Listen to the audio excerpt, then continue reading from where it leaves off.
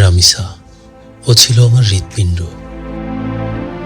আমার মোবাইলে জমে আছে 500টি ছবি, 500টি হাসি, 500টি বিকেল, আর 500টি বাবা ডাকার মুহূর্ত।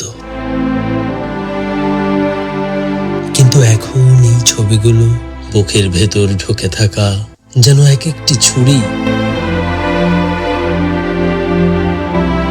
কিছুদিন আগে রামিসা বলেছিল, বাবা আমাকে একটা বোরকা কিনে দাও। কি নিষ্পাপ সেই চাওয়া! একটা ছোট্ট মেয়ে যে এখনো পৃথিবীর ভয় বুঝতে শেখেনি, সে চেয়েছিল বোরকা। আমি দরিদ্র, ভাঙা বাসায় থাকি, কিন্তু আমার সন্তানদের কখনোই দারিদ্র্যের স্বাদ পেতে দেইনি। ইসলামপুরে সস্তায় বোরকা পাওয়া যেত, তবু নিউ মার্কেট থেকে 1000 টাকার বোরকা কিনে দিয়েছিলাম। কিন্তু কে জানতো এই পৃথিবীর কোনো বোরকা রক্ষা করতে পারবে না তাকে? কে জানতো মানুষের বেশে এক অমানুষ তার জীবনটাই ছিঁড়ে খাবে? রামিসা, ক্ষমা করে দিও আমাকে। তোমার জন্য একটা নিরাপদ ঘর বানাতে পারিনি। নিজে হয়তো অনেক রাত না খেয়ে কাটিয়েছি, তবু তোমার ছোট্ট ইচ্ছেগুলোকে অভাবের কাছে হেরে যেতে দেইনি। মোবাইলের গ্যালারিটা খুলতে হাত কাঁপছে। প্রতিটি ছবিতেই তুমি হাসছো, কখনো স্কুল ড্রেসে, কখনো আমার কাঁধে মাথা রেখে, কখনো হয়তো রাগ করে মুখ ফুলিয়ে।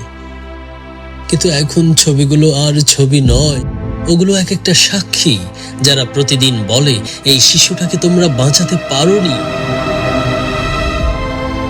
রামিসা, তুমি কি জানো, তোমার চলে যাওয়ার পর তোমার এই হতভাগা বাবাটা প্রতিদিন একটু একটু করে মরি। চোখে ঘুম আসে না, তোমার নামটি ধরে ডাকি।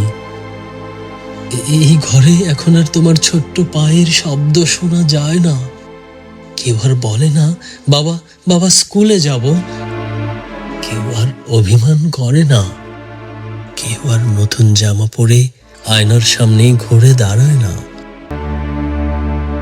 শুধু নিঃশব্দ একটা ঘর, আর দেয়ালে ঝুলে আছে তোমার কিছু স্মৃতি। এই পৃথিবীটা বড় নিষ্ঠুর রামিসা। এখানে ফুলেরাও নিরাপদ নয়। এখানে একজন বাবা হয়ে বৃথায় বেঁচে থাকা। তবু জানি না কেন বেঁচে আছি।